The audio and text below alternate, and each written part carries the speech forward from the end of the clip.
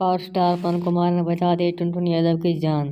दोस्तों, power star पवन कुमार ने टुनटुन यादव की जान बचा दी है, लेकिन टुनटुन यादव जो है अपनी आदत से बाज नहीं आ रहे हैं।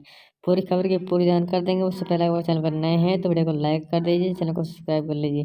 दोस्तों, टुनटुन यादव ने जो है अभी एक सॉन्ग रिलीज किया था कि पूरी रात नचेगा डिम्पल भागो।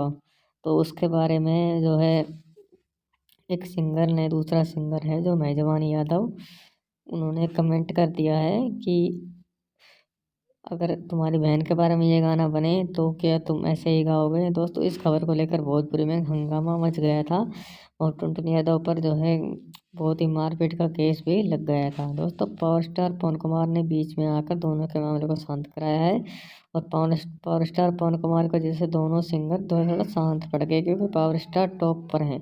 दोस्तों, अगर आप पावर स्टार पवन कुमार का फैन है तो वीडियो को लाइक कर दीजिए, चैनल को सब्सक्राइब कर लीजिए और बेल आइकन को जरूर दबा लीजिए।